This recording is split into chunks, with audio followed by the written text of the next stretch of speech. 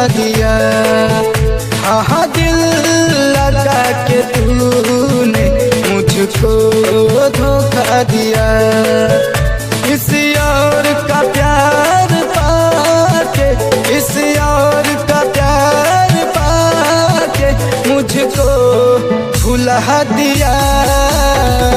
दिल लगा के तूने मुझको धोखा दिया। हाँ दिल लगा के तूने मुझको धोखा दिया।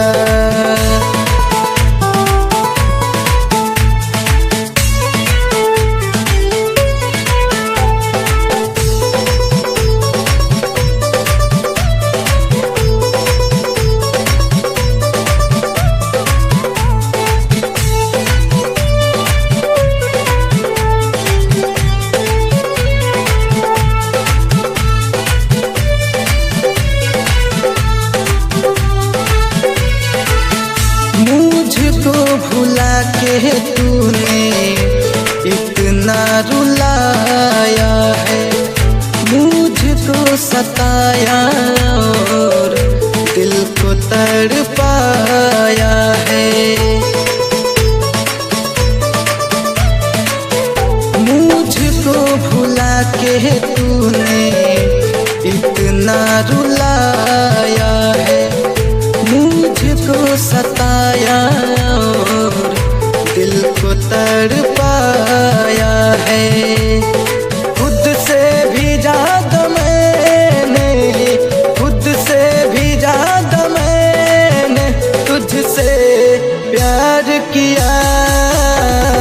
दिल लगा के तूने मुझको धोखा दिया। हाँ दिल लगा के तूने मुझको धोखा दिया।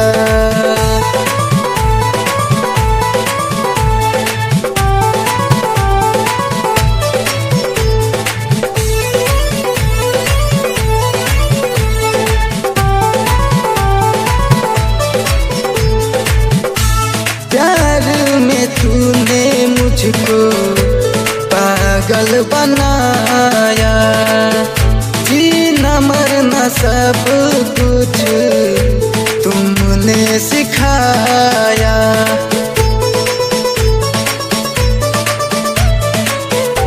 प्यार में तूने मुझको पागल बनाया, जीना मरना सब कुछ तुमने सिखाया।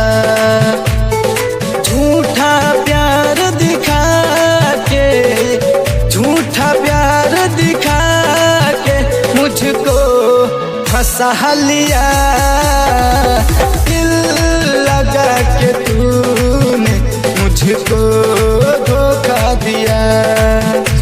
हाँ दिल लगा के तूने मुझको धोखा दिया।